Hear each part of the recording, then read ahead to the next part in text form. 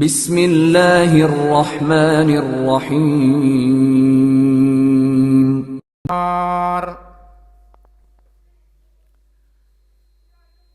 اعوذ باللہ السمیع العلیم من الشیطان الرجیم۔ بسم اللہ الرحمن الرحیم۔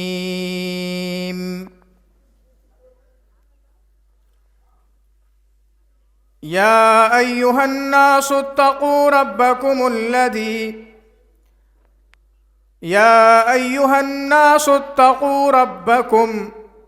ان زلزلة الساعة شیء عظیم یوم ترونها تذہل کل مرضعة عما ارضعت وتضع كل ذات حمل حملها وترى الناس سكارى وما هم بسكارى ولكن عذاب الله شديد۔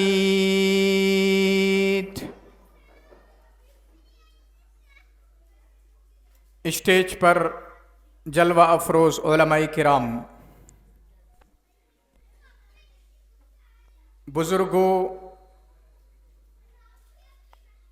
پیارے بچوں، نوجوان دوستوں اور خواتین ملت اسلامیہ،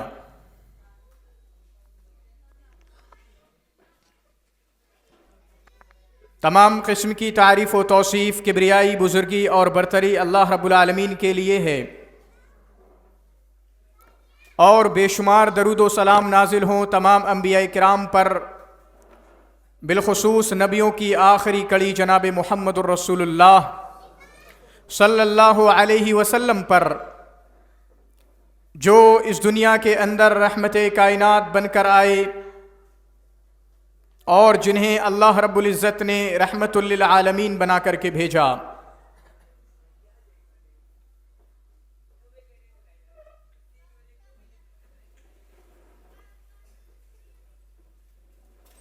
آج کے اس پروگرام کے اندر، اس سرد رات کے اندر، میں آپ کے ساتھ جس موضوع پر گفتگو کرنا چاہتا ہوں وہ نہایت ہی اہم موضوع ہے۔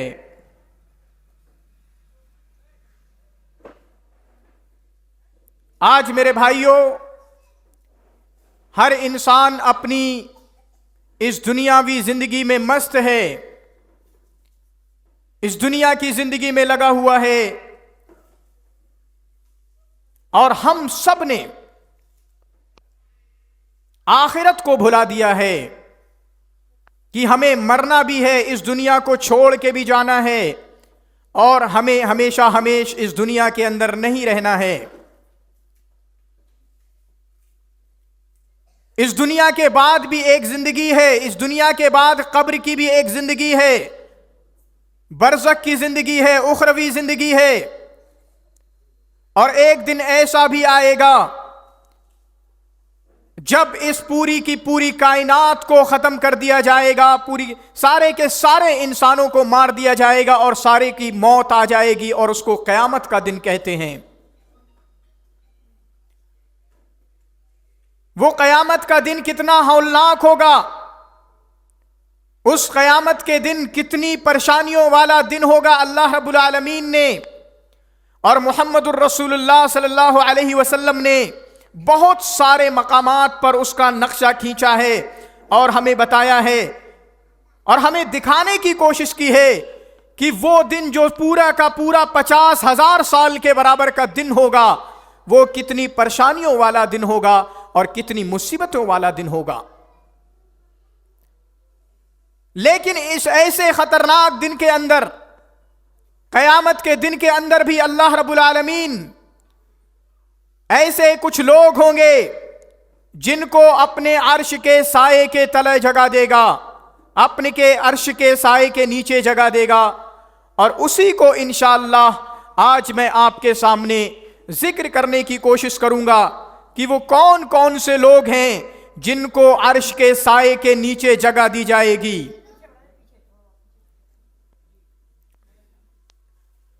انہی لوگوں کو میں آپ کے ساتھ مینشن اور ذکر کرنے کی کوشش کروں گا کہ کن کو اللہ رب العالمین کے سائے کے نیچے جگہ دی جائے گی. لیکن اس سے پہلے ہم سمجھنے کی کوشش کریں گے کہ آخر قیامت کا منظر کیسا ہوگا, قیامت کے دن کا عالم کیا ہوگا. جو آیت کریمہ میں نے آپ کے سامنے تلاوت کی تھی اس کے اندر اللہ رب العالمین نے قیامت ہی کے بارے میں, قیامت کے دن کے بارے کا تذکرہ کیا کہ اس میں کیا حالت ہوگی اور انسانوں کا کیا عالم ہوگا. اللہ رب العالمین نے فرمایا یا ایھا الناس اتقوا ربکم, اے لوگو اللہ سے ڈرو, اپنے رب سے ڈرو, اپنے رب کا تقوی اپنے دلوں کے اندر اختیار کرو, اپنے رب کی خشیت اپنے دلوں کے اندر لے کر آؤ. اور یہ ایسا آپ کو کیوں کہا جا رہا ہے؟ کیونکہ ایک دن قیامت آئے گی, یہ دنیا ختم ہو جائے گی اور اس دنیا کے بعد قیامت آئے گی. اللہ رب العالمین نے فرمایا اے لوگو اس رب سے ڈرو جس نے تم کو پیدا کیا. ان زلزلۃ الساعۃ شیء عظیم, قیامت کا زلزلہ بہت خطرناک ہوگا. جب قیامت آئے گی اس زمین کو ہلا دیا جائے گا, آسمان کو آسمان پھٹ جائے گا, یہ تارے بے نور ہو جائیں گے. ان زلزلۃ الساعۃ شیء عظیم, قیامت کا جو منظر ہوگا, جو قیامت کا زلزلہ ہوگا وہ بڑا ہی خطرناک ہوگا. اور کیسے خطرناک ہوگا؟ اتنا خطرناک ہوگا اللہ رب العالمین نے آگے فرمایا. کیا فرمایا؟ اس دن کی حالت کیا ہوگی؟ یوم ترونہا تذہل کل مرضعۃ عما ارضعت, اس دن کا عالم تو یہ ہوگا جو عورت اپنے بچے کو دودھ پلا رہی ہوگی, اپنے دودھ پیتے بچے کو سے غافل ہو جائے گی, اسے پتہ نہیں ہوگا میرا دودھ پیتا ہوا بچہ کہاں پر ہے. آج میرے بھائیوں, آج کی اس دنیا کے اندر عورت کتنی بھی پریشانیاں آ جائیں, کتنی بھی مصیبتیں آ جائیں, ایک عورت اکیلے سفر کرتی ہے, ٹرین میں سفر کرتی ہے, وہ برسات آ جاتی ہے, بارش آ جاتی ہے اور اس کا بچہ اس کے تھنوں اس کے دودھ سے لگا ہوا ہے, دودھ پی رہا ہے, لیکن کبھی بھی وہ اپنے بچوں سے غافل نہیں ہوتی ہے, دودھ پیتے بچے سے غافل نہیں ہوتی ہے. اللہ رب العالمین نے فرمایا قیامت کا منظر اتنا ہولناک ہوگا, اتنا ہولناک ہوگا, آپ دیکھو گے ایک دودھ پلانے والی ماں اپنے بچے سے غافل ہو جائے گی. وَتَضَعُ كُلُّ ذَاتِ حَمْلٍ حَمْلَهَا, اور ایک عورت جو پریگننٹ ہوگی, جس کے پیٹ میں بچہ ہوگا, وہ اپنے بچے کو گرا دے گی. وَتَرَى النَّاسَ سُكَارَىٰ, آپ لوگوں کو دیکھو گے لوگ بے ہوش نظر آئیں گے, لوگ نشے میں نظر آئیں گے. اللہ رب العالمین فرماتا ہے وَمَا هُمْ بِسُكَارَىٰ, لیکن وہ نشے میں نہیں ہوں گے. وَلَٰكِنَّ عَذَابَ اللَّهِ شَدِيدٌ, بلکہ اللہ کا عذاب بہت سخت ہوگا. تو یہ قیامت کا دن ہوگا میرے بھائیوں.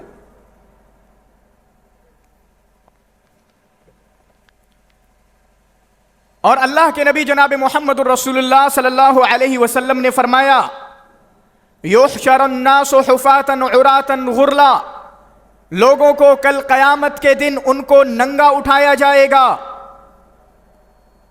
ان کے پاؤں میں چپلیں نہیں ہوں گی اور غیر مختون ان کو اٹھایا جائے گا. حضرت عائشہ رضی اللہ تعالی عنہ سے روایت ہے کہ اللہ کے نبی صلی اللہ علیہ وسلم نے اس طریقے سے فرمایا. حضرت عائشہ نے اللہ کے نبی صلی اللہ علیہ وسلم سے سوال کیا, اے اللہ کے نبی صلی اللہ علیہ وسلم, جب قیامت کے دن سارے لوگ ننگے ہوں گے تو مرد عورتوں کی طرف اور عورت مردوں کی طرف دیکھ رہے ہوں گے.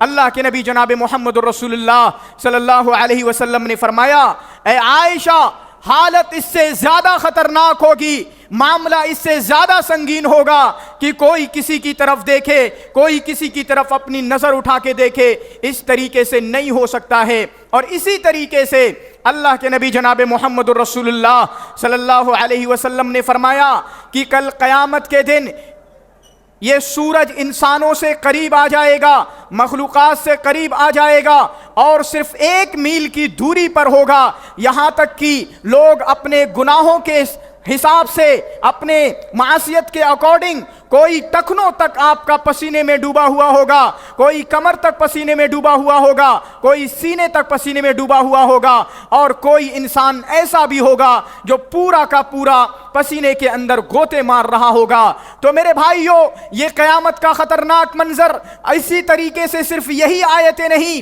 بلکہ بہت ساری آیتیں قرآن مجید کے اندر ہیں جہاں پر قیامت کا تذکرہ کیا گیا، قیامت کی ہولناکی کو بتلایا گیا، اور اسی طریقے سے حدیث کے اندر بھی قیامت کی ہولناکی کو بتلایا گیا ہے۔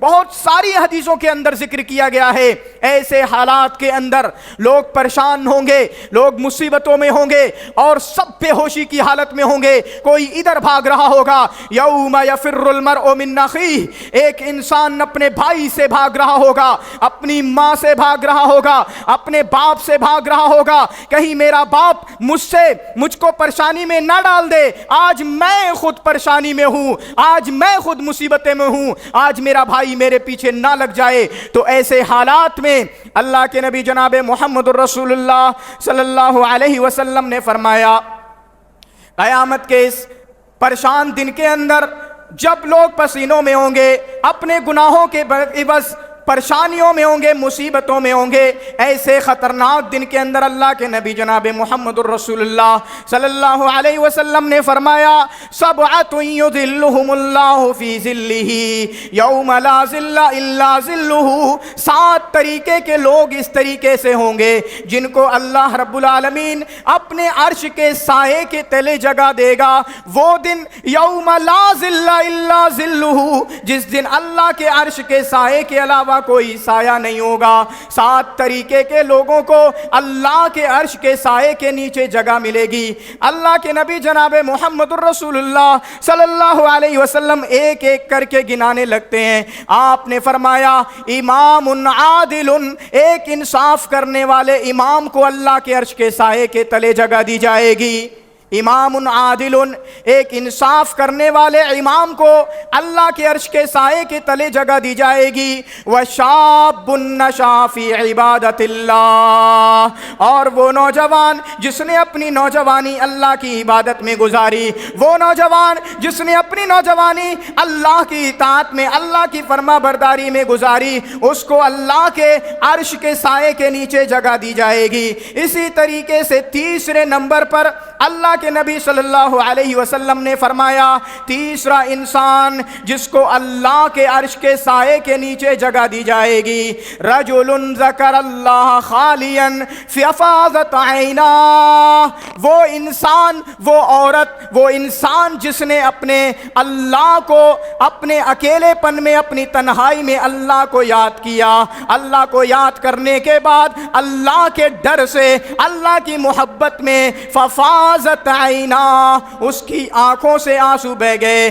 اس کی آنکھوں سے آنسو جاری ہو گئے، ایسے انسان کو بھی اللہ کے عرش کے سائے کے تلے جگہ دی جائے گی۔ اسی طریقے سے چوتھے نمبر پر آپ نے فرمایا، رجل قلبہ معلق فی المساجد، ایک ایسے انسان کو بھی ایک ایسے انسان کو بھی اللہ کے عرش کے سائے کے تلے جگہ دی جائے گی جس کا دل ہمیشہ مسجد سے لٹکا رہتا ہے، مسجد سے ٹکا رہتا ہے۔ ایک بار وہ نماز پڑھنے گیا، مسجد میں ہی بیٹھا رہتا ہے، مسجد میں بیٹھ کر قرآن کی تلاوت کرتا رہتا ہے۔ فجر کی نماز پڑھی، فجر کی نماز پڑھنے کے بعد وہ ذکر و اذکار میں لگا رہتا ہے، اللہ کی عبادت کرتا رہتا ہے۔ پھر اس کے بعد مسجد سے نکل کر جاتا ہے، ایک نماز پڑھی، دوسری نماز کا انتظار کرتا رہتا ہے، کب اذان ہوگی اور مسجد کی طرف میں جاؤں گا۔ تو چوتھا انسان جس کو اللہ کے عرش کے سائے کے تلے جگہ دی جائے گی، رجل قلبہ معلق فی المساجد، وہ انسان جس نے اپنا دل مسجد کے لٹکا رکھا ہے، جس نے اپنا دل اپنے دوستوں کی مجالس سے نہیں لٹکایا، جس نے اپنا دل اپنے دوستوں کی پارٹیوں سے نہیں لگایا بلکہ اللہ کے گھر سے لگایا ہے، ایسے انسان کو بھی اللہ کے عرش کے سائے کے تلے جگہ دی جائے گی۔ تو یہ 4 طریقے کے انسان ہوئے جن کو اللہ رب العالمین کے سائے کے عرش کے سائے کے نیچے جگہ دی جائے گی۔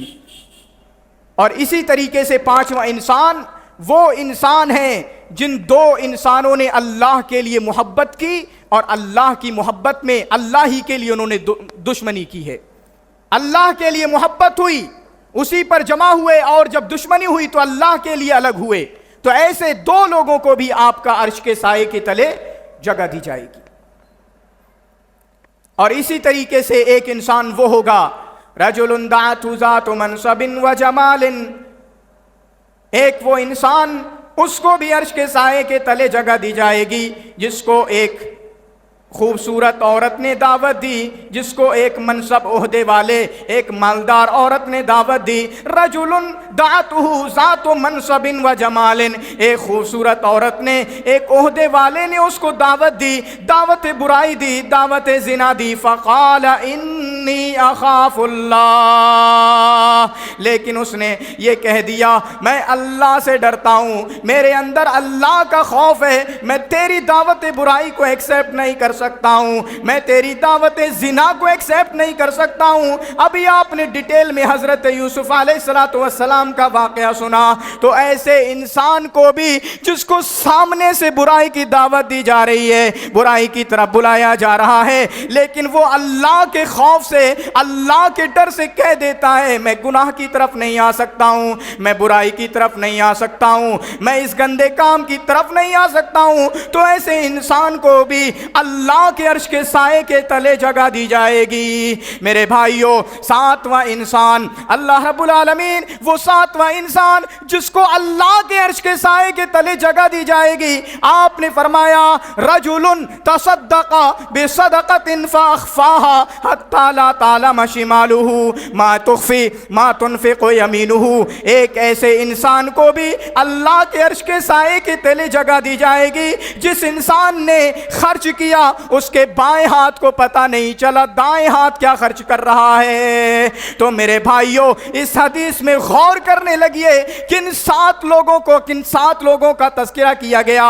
ایسے انسان جو گناہ کر سکتا ہے، جو دوسروں کے لیے دکھاوے کے لیے صدقہ کر سکتا ہے، جو دوسروں کو دکھانے کے لیے اعمال کر سکتا ہے، وہ گناہ کر سکتا ہے، سارے اسباب موجود ہیں، لیکن ان تمام کے تمام لوگوں میں جو صفات مشترک ہے وہ صفت یہ ہے اللہ کا ڈر موجود ہے کہ میں یہ کام اللہ کے ڈر سے نہیں کر رہا، میں عادل ہوں، میں امام ہوں، میں پردھان منتری ہوں دیش کا، میں سی ایم ہوں، میں یو پی کا چیئرمین ہوں، میں یو پی کا منتری ہوں، میں لوگوں کے ساتھ ظلم کر سکتا ہوں، میں لوگوں کے ساتھ میں لوگوں کے ساتھ غلط کر سکتا ہوں، ان کے گھروں کو توڑ سکتا ہوں، ان کو برباد کر سکتا ہوں، لیکن میں اپنے اس پاور کا استعمال نہیں کرتا کیونکہ میں اس اللہ سے ڈرنے والا ہوں، میں اس اللہ سے خوف رکھنے والا ہوں۔ میرے بھائیوں، ان تمام کی تمام چیزوں میں یہ تمام کے تمام جو 6 لوگ ہیں وہاں پر یہ چیز پائی جاتی ہے، میں یہ کام کر رہا اللہ کے لیے، میں فلاں سے دوستی کرتا ہوں اللہ کے لیے، میں فلاں سے نفرت کرتا ہوں اللہ کے لیے، میں گناہ نہیں کرتا، اللہ کا ڈر پایا جاتا ہے، اللہ کا ڈر پایا جاتا ہے، اللہ کی محبت پائی جاتی ہے، میں خرچ کر رہا لوگوں کو دکھانے کے لیے نہیں، میں مسجد میں پیسہ دے رہا لوگوں کو دکھانے کے لیے نہیں، میں مدرسے میں چندہ دے رہا لوگوں کو دکھانے کے لیے نہیں، کس کے لیے؟ اللہ کے لیے دے رہا ہوں۔ جب سب کچھ اللہ کے لیے کیا، اپنا کام اللہ کے لیے کیا، اپنی شادیاں اللہ کے لیے کی، لوگوں پر ظلم نہیں کیا، صرف اللہ کے لیے، گناہ نہیں کیا اللہ کے ڈر کی وجہ سے، تو پھر اللہ رب العالمین نے بھی وعدہ کیا، اللہ نے بھی ان کو یہ آرڈر دے دیا ہے، سبعۃ یظلھم اللہ فی ظلہ یوم لا ظل الا ظلہ، 7 طریقے کے لوگوں کو گھیر کر لایا جائے گا اور اللہ کے عرش کے سائے کے تلے ان کو جگہ دی جائے گی۔ تو میرے بھائیوں، ایسے خطرناک دن کے اندر، قیامت کے دن جب سب لوگ پریشان ہوں گے، انسان اپنی بیوی سے بھاگ رہا ہوگا، کوئی اپنے بھائی سے، کوئی اپنی ماں سے بھاگ رہا ہوگا، اچانکنی کا عالم ہوگا، ایسے حالات میں 7 طریقے کے لوگوں کو میرے بھائیوں عرش کے سائے کے نیچے جگہ دی جائے گی۔ تو یہ خوش نصیب انسان ہیں، خوش نصیب لوگ ہیں، اور انہی 7 لوگوں کے بارے میں انشاءاللہ ہم تھوڑی مختصر سی گفتگو آپ کے سامنے پیش کرنے کی کوشش کروں گا۔ تو سب سے پہلے کس کا تذکرہ کیا گیا؟ امام عادل، وہ امام جو انصاف کرنے والا ہے۔ امام کون ہے؟ امام جو مکھیا ہے کہیں کا بھی، کوئی پوری حکومت کا ذمہ دار ہے وہ امام ہے، کوئی آپ کا کسی ضلع کا ذمہ دار ہے وہ امام ہے، کوئی کسی قصبے کا امام ہے، چیئرمین ہے وہ امام ہے، وہ ذمہ دار ہے، کوئی کسی آپ کے مدرسے کا ذمہ دار ہے وہ امام ہے، اور اسی طریقے سے آپ کا گھر کا ذمہ دار بھی امام ہے۔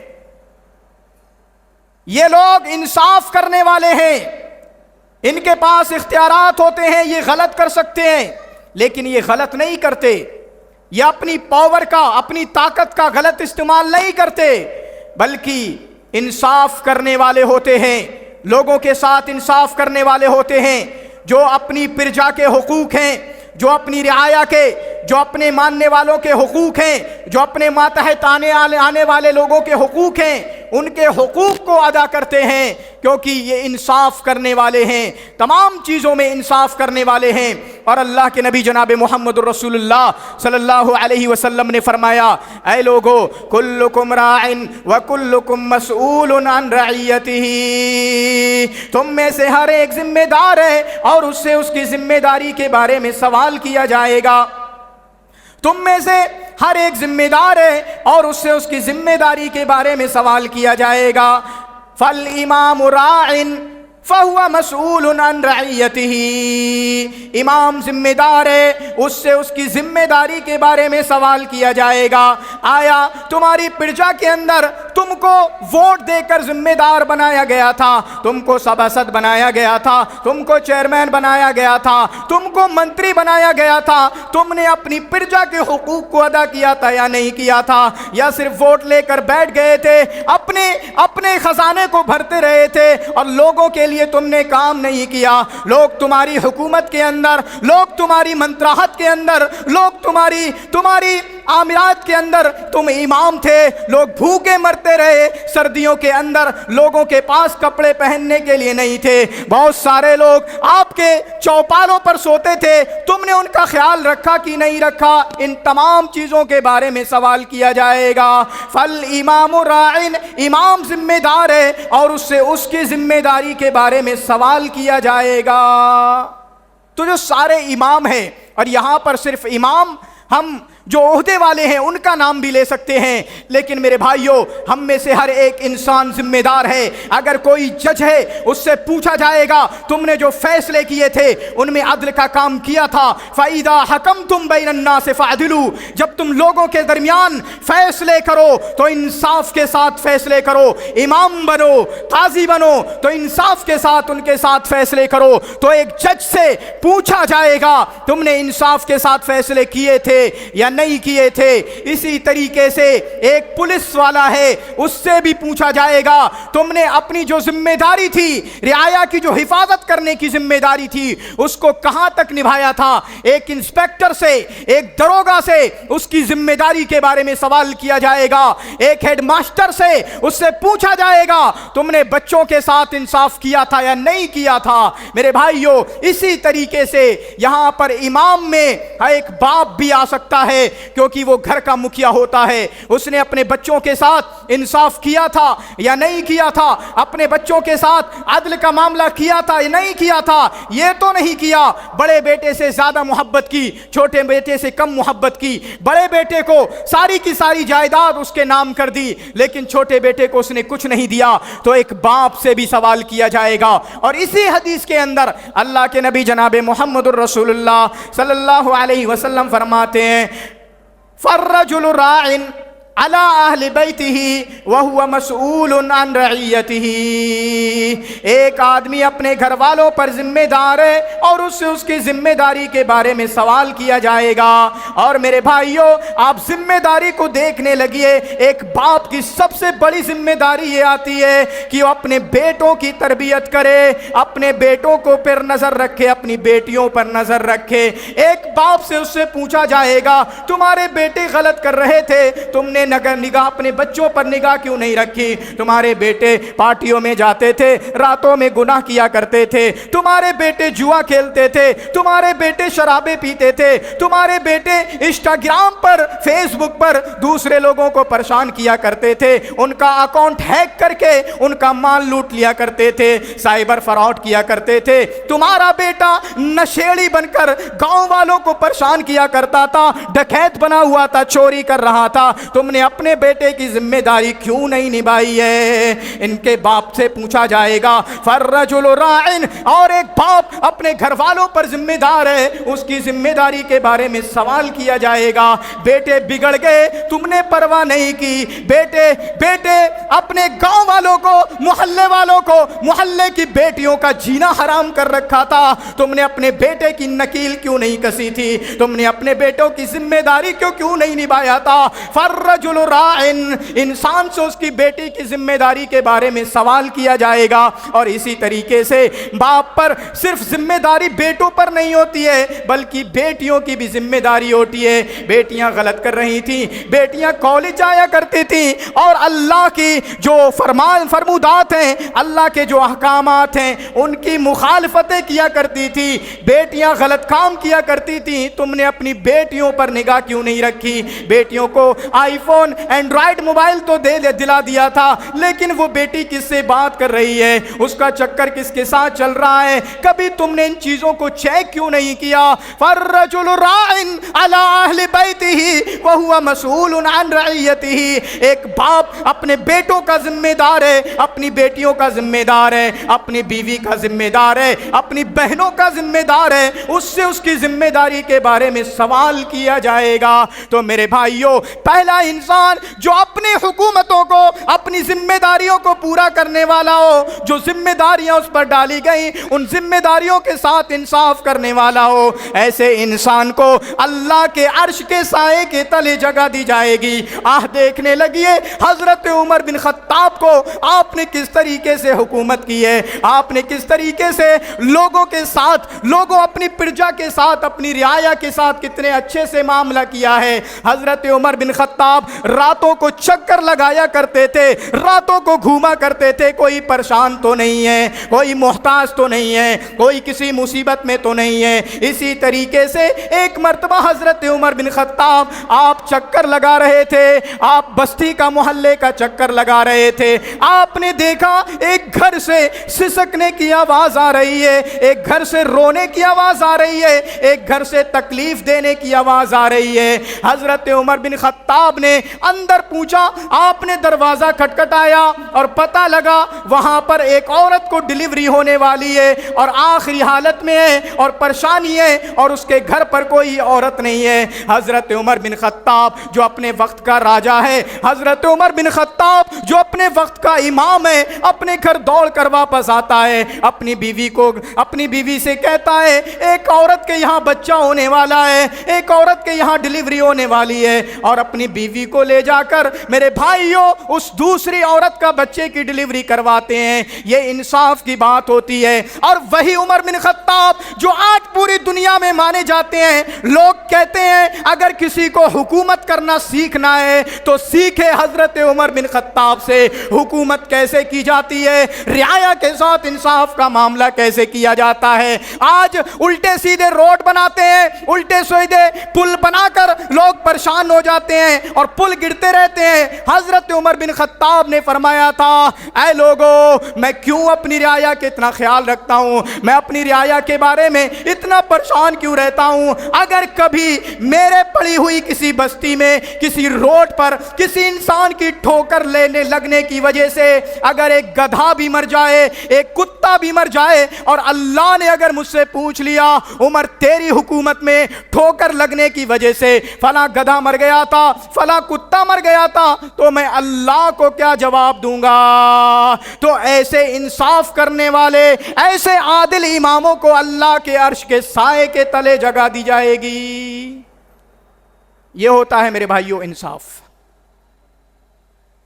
اس طریقے سے ہم انصاف کریں، یہ نہیں کہ ہم کو ذمہ دار بنا دیا گیا اب تو ہم ان کا مال کھا جائیں گے، ان کے جو حقوق ہیں، ان کے جو رائٹس ہیں، ان کے جو ادھیکار ہیں، ہم ان کو پورا نہیں کریں گے۔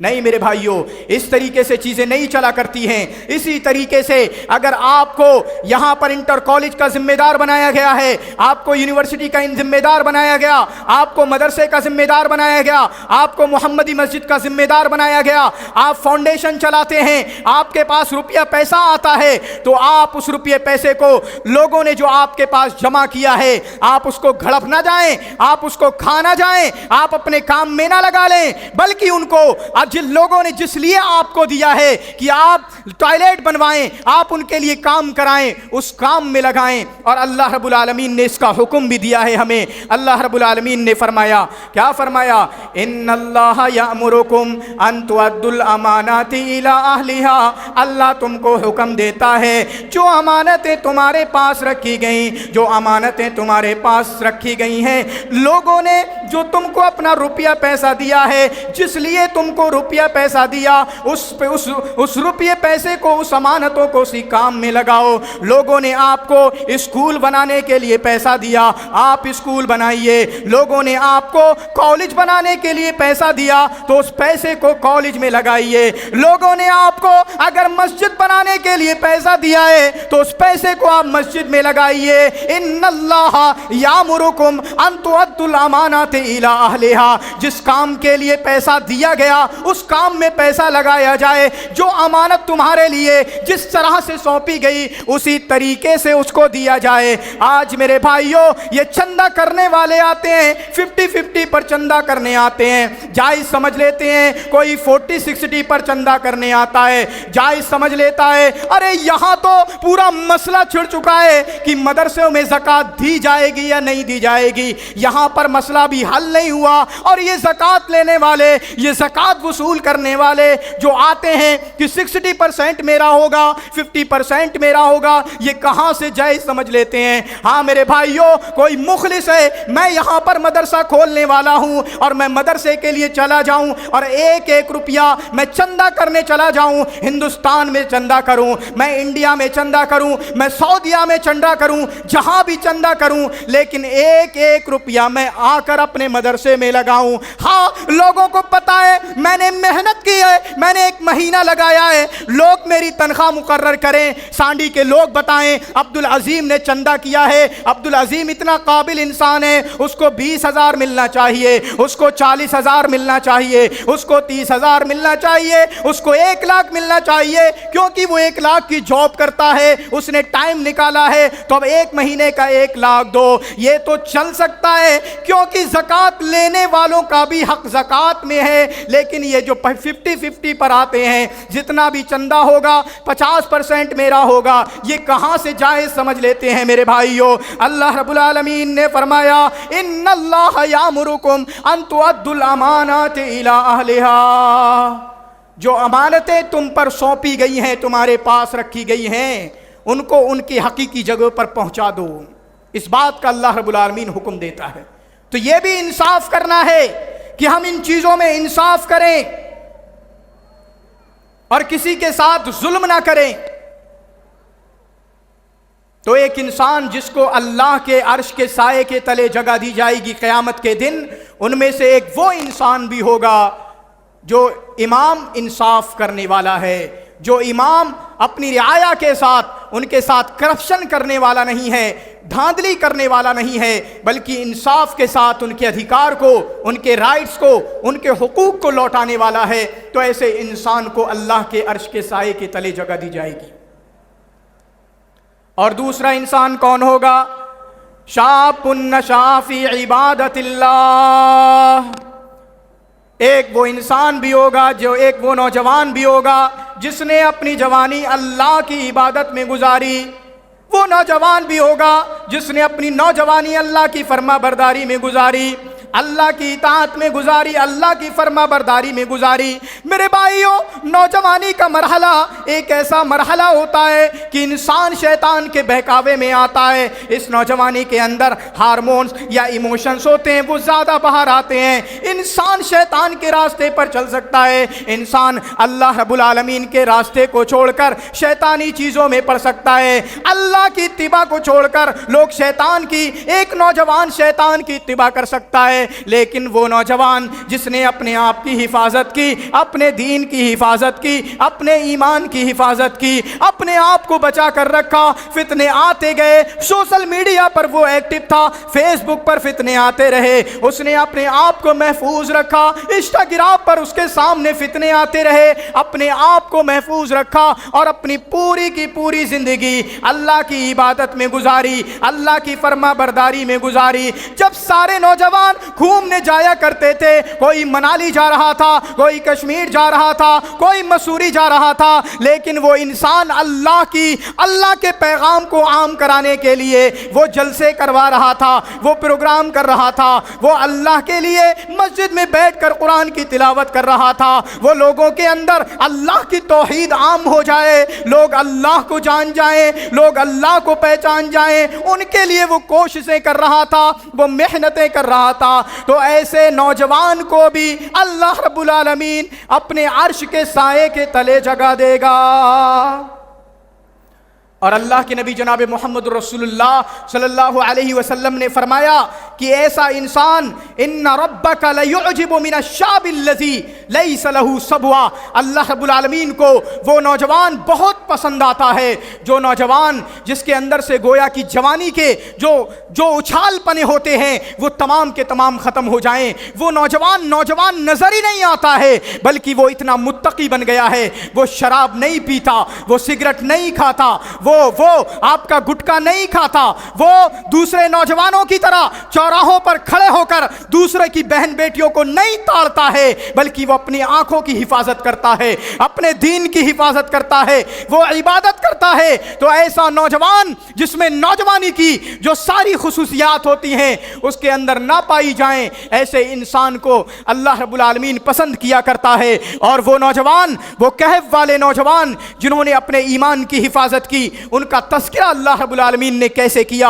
انہم فتیۃ آمنوا بربہم وزدناہم ہدا۔ یہ وہ نوجوان تھے، یہ وہ نوجوان جنہوں نے جو ایمان لائے اور اپنے ایمان کی حفاظت کی، اور پھر اس کے بعد ہم نے ان کی ہدایت کو بڑھا دیا، ہم نے اور ان کے ایمان کو پختہ کر دیا۔ تو نیک نوجوانوں کا تذکرہ اللہ رب العالمین نے کلام مقدس کے اندر کیا ہے۔ تو میرے بھائیوں، آج کے نوجوان، جو ہماری نوجوانی آج رات کی تاریکیوں میں گناہوں میں گزر رہی ہے، ہم ایسے نوجوان واپس آ جائیں تاکہ اللہ کے عرش کے سائے کے تلے ہمیں جگہ مل سکے اور ہم اپنا نام درج کرائیں اس کیٹیگری میں، شاب نشأ فی عبادت اللہ، وہ نوجوان جس نے اپنی جوانی اللہ کی عبادت میں گزاری ہے۔ ایک امریکہ کا واقعہ ہے، ایک نوجوان کا واقعہ، اور امریکہ کا کس طرح کا ماحول ہے آپ اچھے طریقے سے جانتے ہو۔ وہاں پر جو مہلائیں ہیں، جو عورتیں ہیں، کس طریقے کے کپڑے پہنتی ہیں، کس طرح کی اوپننیس ہے، کس طرح کے مسائل ہوتے ہیں کہ آ کر سامنے سے آپ کو کوئی پرپوز کر سکتا ہے، سامنے سے آپ کو کوئی بات کر سکتا ہے۔ لیکن یہ نوجوان بس میں سفر کیا کرتا تھا، اور بس میں سفر کرتے ہوئے تاکہ کسی مہلا پر اس کی نظر نہ پڑے، اپنی نظر کی حفاظت کے لیے یہ انسان موبائل نکالتا تھا، اور موبائل نکال کر اس میں قرآن کھول لیا کرتا تھا اور قرآن کی تلاوت کرتے ہوئے جاتا تھا۔ پورے راستے کا سفر اسی طریقے سے کیا۔ تو ہوتا ہے نا سیم ٹائمنگ پہ 9 بجے میں جاتا ہوں، 9 بجے بہت سارے لوگ آفس جاتے ہیں، تو کسی لڑکی نے ان کو نوٹس کر لیا، اور جو لڑکی مسلمان نہیں تھی اس نے نوٹس کیا یہ نوجوان جاتا ہے بس میں ہمارے ساتھ سفر کرتا ہے، لیکن کبھی اس نے میری طرف غلط نگاہ سے نہیں دیکھا، اس نے کبھی مجھے غلط نگاہ سے میری طرف نہیں دیکھا۔ وہ لڑکی بعد میں اس انسان کو دیکھ کر تھوڑی بہت بات کرتی ہے اور اسلام قبول کر لیتی ہے، اور ان دونوں کی شادی ہو جاتی ہے، اور اس کے بعد ان دونوں سے تقریباً ان کی کئی اولادیں ہوئیں، 9 یا 11 12 اولادیں، سب کے سب بچے حافظ قرآن بنے ہیں۔ یہ ہوتی ہے میرے بھائیوں، اس طرح کا نوجوان اپنے آپ کی، اپنی نظر کی حفاظت کرے، اپنے دین کی حفاظت کرے تو اللہ رب العالمین برکتیں پیدا کیا کرتا ہے۔ اسی طریقے سے تیسرے نمبر پر اس انسان کو بھی اللہ کے عرش کے سائے کے تلے جگہ دی جائے گی۔ رجل ذکر اللہ خالیا ففاضت عینا،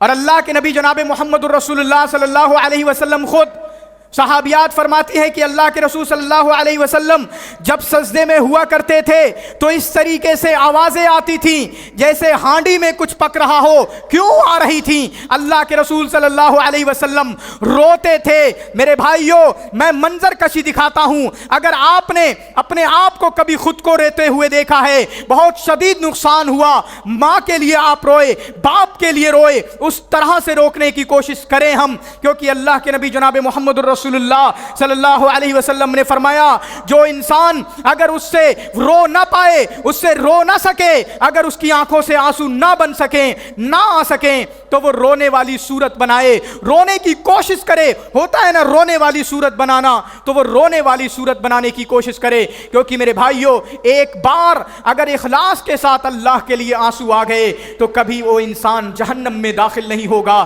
رجل ذکر اللہ خالیا ففاضت عیناہ. تو یہ آپ کا تیسرا انسان ہوا جو عرش کے سائے کے تلا ہوگا. اور اسی طریقے سے چوتھا انسان، رجل قلبہ معلق فی المساجد، ایک انسان جس کا دل مسجد کے لٹکا ہوا ہے. مسجد اللہ کا گھر ہے، مسجد سے لٹکا ہوا ہے.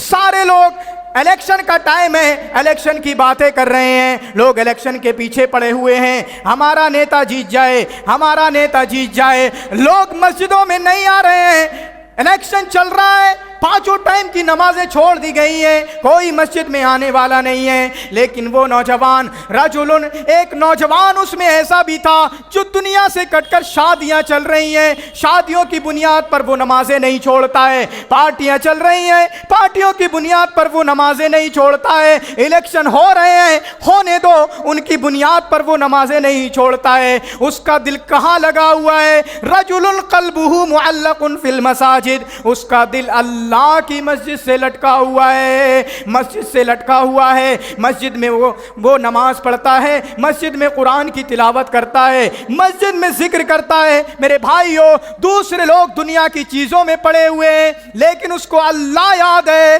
مجھے اللہ سے ملاقات کرنا ہے، اللہ سے باتیں کرنا ہے، اسے اللہ کی فکر ہے. تو ایسا انسان بھی میرے بھائیوں آپ کا عرش کے سائے کے تلے ہوگا. یہ چار لوگ ہوئے. اور اسی طریقے سے رجلان تحابا فی اللہ اجتمع علیہ وتفرق علیہ وافترق علیہ، دو لوگ جنہوں نے اللہ کے لیے محبت کی اور اللہ ہی کے لیے نفرت کی. اور یہ ایک قاعدہ بھی ہے کہ ہمیں لوگوں سے اللہ کے لیے محبت کرنا ہے اور اللہ کے لیے نفرت کرنا ہے.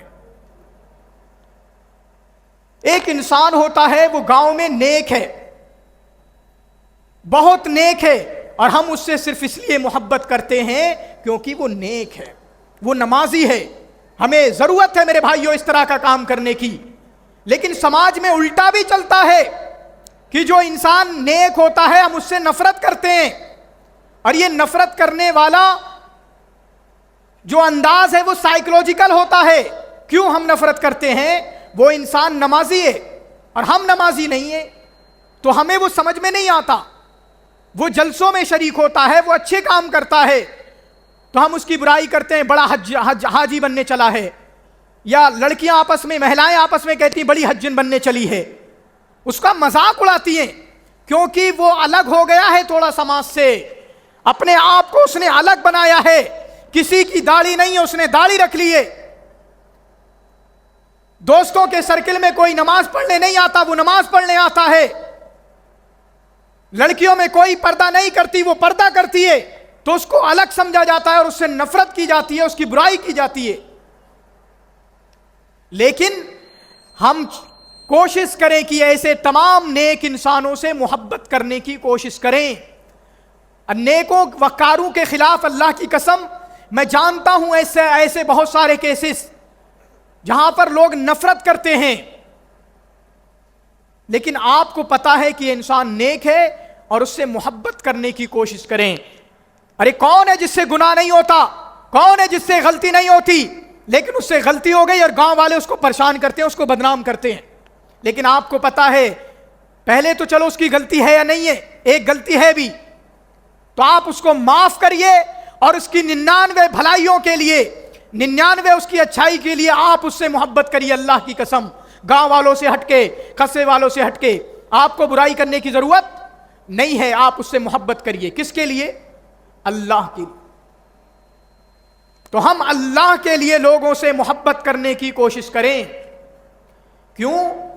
کیونکہ اگر ہم نیکی کاروں سے محبت کریں گے تو نیکوکاروں کے ساتھ ہمارا بدلہ ہوگا. ایک آدمی اللہ کے نبی جناب محمد رسول اللہ صلی اللہ علیہ وسلم کے پاس آتا ہے اور پوچھتا ہے اے اللہ کے رسول قیامت کب آئے گی؟ آپ نے فرمایا ماذا عددت لہا، تم نے قیامت کے لیے کیا تیاریاں کی ہیں، قیامت کے لیے کیا کیا ہے؟ وہ صحابی فرماتے ہیں اے اللہ کے رسول میں نے بہت زیادہ نمازیں نہیں پڑھی، میں نے بہت زیادہ روزے نہیں رکھے، لیکن میں اللہ سے اور اللہ کے رسول سے محبت کرتا ہوں. آپ نے فرمایا انت مع من احببتا، تم اس کے ساتھ ہوگے جس سے تم محبت کرتے ہو. کس سے محبت کرتے ہیں؟ ایک بات جو میرے خود کے لیے ہے میں یہاں بھی بولنا چاہتا ہوں. اپنے آپ کو کبھی کسی کا فین نہیں بولیں آپ کہ میں اس کا فین ہوں اس کا فین ہوں. ایک مسلمان صرف ایک شخصیت کا ہی فین ہو سکتا ہے اور وہ محمد الرسول اللہ صلی اللہ علیہ وسلم ہے. کسی کے فین مت بنیے سوشل میڈیا پر کہ فلاں ہیرو کے فین ہے فلاں ہیرو کے فین ہے. کسی کے فین مت بنیے کہ ہم فلاں کے فین ہیں، بلکہ ہمارا فین ایک ہی ہو سکتا ہے اور وہ محمد الرسول اللہ صلی اللہ علیہ وسلم ہے.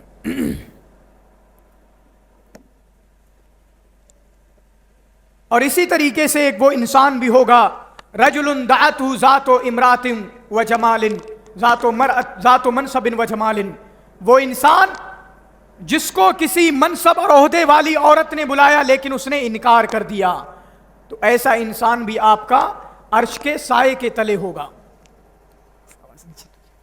آواز نہیں چل رہی ہے.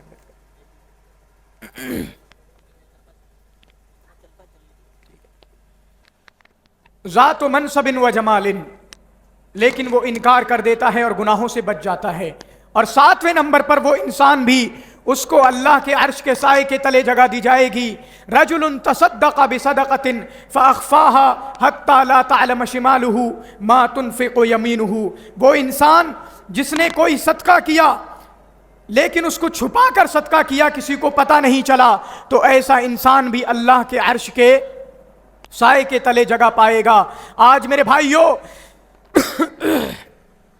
ایک بات کا میں تذکرہ کرتا ہوں کہ آج ریاکاری کا دور ہے. ہر انسان دکھاوے کی کوشش کر رہا ہے. کوئی عمرہ کرنے جاتا ہے اور سوشل میڈیا پر فوٹو نشر کیے جا رہے ہیں. اپنے اعمال کو اللہ کی قسم ہم چھپائیں. عمرہ کرنا ایک عبادت ہے اور ہم اس عبادت کو سوشل میڈیا پر نشر نہ کریں. ہم اس کے لیے عزت نہ چاہیں پبلک میں کہ فلاں عبدالعظیم نے عمرہ کر لیا ہے فلاں نے عمرہ کر لیا ہے، بلکہ ہم چھپ کر عبادت کریں، چھپ کر حج کرنے جائیں، چھپ کر عمرہ کرنے جائیں اور ریاکاری سے بچیں. اور یہ صدقے والی بات میں ریاکاری سے ہی بچنے کی کوشش کی گئی ہے. ہم کسی بھی چیز میں ریاکاری نہ کریں. دنیاوی کام ہو، ہم سب سے مالدار ہیں، ہمارا گھر سانڈی کا سب سے بڑا گھر ہے، ہم بہت مالدار ہیں، میرے پاس سب سے بڑی گاڑی ہے، لیکن ہم دکھاوا نہ کریں، بلکہ ان تمام چیزوں کو ہم اپنے اندر تواضع لے کر آئیں، ہم اپنے اندر انکساری لے کر آئیں اور اپنی نیکیوں کو بھی نہ دکھائیں کہ میں بہت خرچ کرنے والا ہوں، میں عمرہ کرنے والا ہوں. اتنی امید نہیں تھی کہ اس طریقے سے آواز ختم ہو جائے گی اچانک. اللہ رب العالمین سے دعا ہے کہ اللہ رب العالمین جو بھی باتیں آج کے خطبے میں کہی گئی ہیں، آج کی تقریر میں، اس کو سب سے پہلے مجھ کو اور ہم سب کو عمل کرنے کی توفیق عطا فرما. اس دنیا کے اندر جب تک زندہ رکھ، توحید پر زندہ رکھ، عقیدے پر زندہ رکھ، اسلام پر زندہ رکھ. اے اللہ رب العالمین ہمیں اپنے رعایا کے ساتھ، پرجا کے ساتھ انصاف کرنے کی توفیق عطا فرما. ہمیں لوگوں کے حقوق ادا کرنے کی توفیق عطا فرما.